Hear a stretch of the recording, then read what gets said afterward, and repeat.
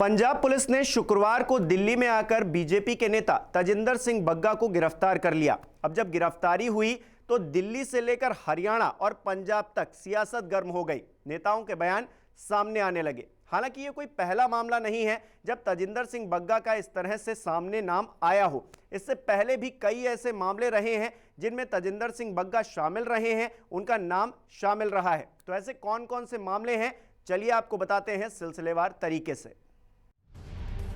सियासी विवादों के गलियारों में तजिंदर बग्गा का नाम नया नहीं है। 16 साल की उम्र में राजनीति में कदम रखने वाले बग्गा अन्ना आंदोलन के वक्त केजरीवाल टीम का हिस्सा रहे हैं, जिसके बाद 23 साल की उम्र में उन्होंने भारतीय जनता युवा मोर्चा के कार्यकर्ता के तौर पर काम शुरू किया। बग्गा ने भगत सिंह क्रांति सेना नाम का एक संगठन भी बनाया। बग्गा का नाम अब तक कई विवादों में सामने आ चुका है।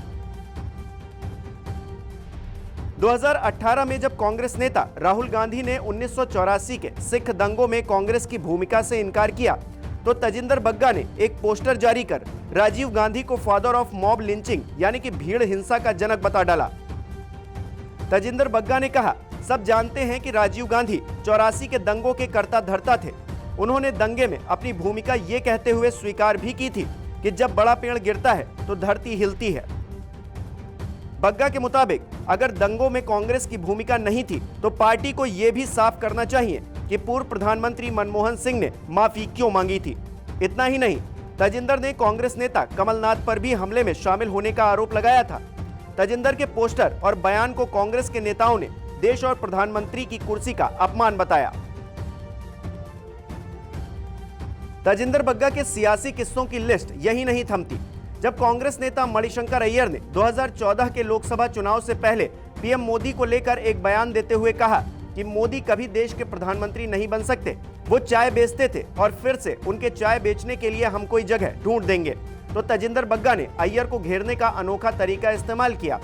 बग्गा ने चुनाव से जुड़ी एक कांग्रेस मीटिंग के दौरान उनके कार्यालय के बाहर खड़े होकर चाय बेची और इस तरह मणिशंकर अय्यर के खिलाफ अपना विरोध दर्ज कराया। इसके अलावा वरिष्ठ वकील और टीम अन्ना के सदस्य रह चुके प्रशांत भूषण को 2011 में भगत सिंह क्रांति सेना के अध्यक्ष तजिंदर बग्गा ने थप्पड़ मारा था। दरअसल भूषण सुप्रीम कोर्ट परिसर के सामने अपने ऑफिस में बैठे थे, तभी भगत सिंह क्रांति सेना के कार्यकर्ताओं ने उन पर हमला कर दिया। जानकारी के मुताबिक भूषण ने जम्मू कश्मीर से सुरक्षा बलों की वापसी की मांग की थी। साथ ही उन्होंने जनमत के आकलन के लिए जनमत संग्रह कराने की भी बात कही थी। इसी बयान की वजह से भूषण पर हमला हुआ। हमले के दौरान तजिंदर बग्गा और उनके साथियों ने कई पर्चे भी फेंके, जिसमें भूषण पर मानवाधिकार के नाम पर देश की एकता पर हमला करने का आरोप था। साथ ही उन पर संसद हमले के दोषी अफजल गुरु और मुंबई आतंकी हमले के दोषी अजमल कसाब की मौत की सजा का विरोध करने का भी आरोप लगा था। तजिंदर बग्गा इंग्लिश की फेमस राइटर और समाज सेवी अरुणधति रॉय के एक बुक शो में भी हंगामा कर चुके हैं। 2011 में अरुणधति रॉय दिल्ली में इंडिया हैबिटेट सेंटर में अपनी किताब द ब्रोकन रिपब्लिक की लॉन्चिंग के लिए पहुंची थी। कार्यक्रम के दौरान 4 लड़कों के साथ पहुंचे तजिंदर बग्गा ने रॉय की बुक को लेकर जमकर उत्पात मचाया। उन्होंने अरुणधति को कश्मीरियों का दुश्मन बताते हुए शो को बीच में ही रुकवा दिया। हालांकि दिल्ली पुलिस ने उन्हें सार्वजनिक जगह पर हंगामा करने के आरोप में हिरासत में ले लिया और इस घटना के बाद बग्गा के घर की तलाशी भी ली गई। वहीं अब दिल्ली के सीएम अरविंद केजरीवाल और बीजेपी के नेता तजिंदर बग्गा के बीच पिछले 1 महीने से लगातार राजनीतिक जंग चल रही है। दरअसल विवेक अग्निहोत्री की फिल्म द कश्मीर फाइल्स के रिलीज होने के बाद अरविंद केजरीवाल ने कहा था कि अगर बीजेपी विधायक इस फिल्म को टैक्स फ्री देखना चाहते हैं तो इसे यूट्यूब पर अपलोड कर देना चाहिए। इससे आम जनता को भी फायदा होगा और ये सबके लिए फ्री हो जाएगी।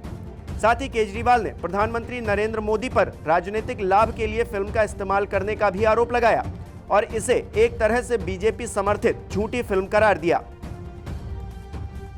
इस विवाद में सीएम अरविंद केजरीवाल के खिलाफ तजिंदर बग्गा भी मैदान में उतर आए। बग्गा की अगुवाई में प्रदर्शनकारियों ने केजरीवाल के आवास के बाहर तोड़फोड़ की, साथ ही उनके मेन गेट और दीवारों को भगवा रंग से पेंट कर दिया। बग्गा ने केजरीवाल को सोशल मीडिया पर धमकियां भी दी। इसी सिलसिले में बग्गा पर 1 अप्रैल को एफआईआर दर्ज की गई, जिसके बाद पंजाब पुलिस बग्गा को पकड़ने की कोशिश में लग गई। फिलहाल इस मामले के मद्देनजर तजिंदर बग्गा सियासी विवाद के केंद्र में आकर खड़े हो गए हैं। अब ये विवाद कितना लंबा खींचेगा, ये देखने वाली बात होगी।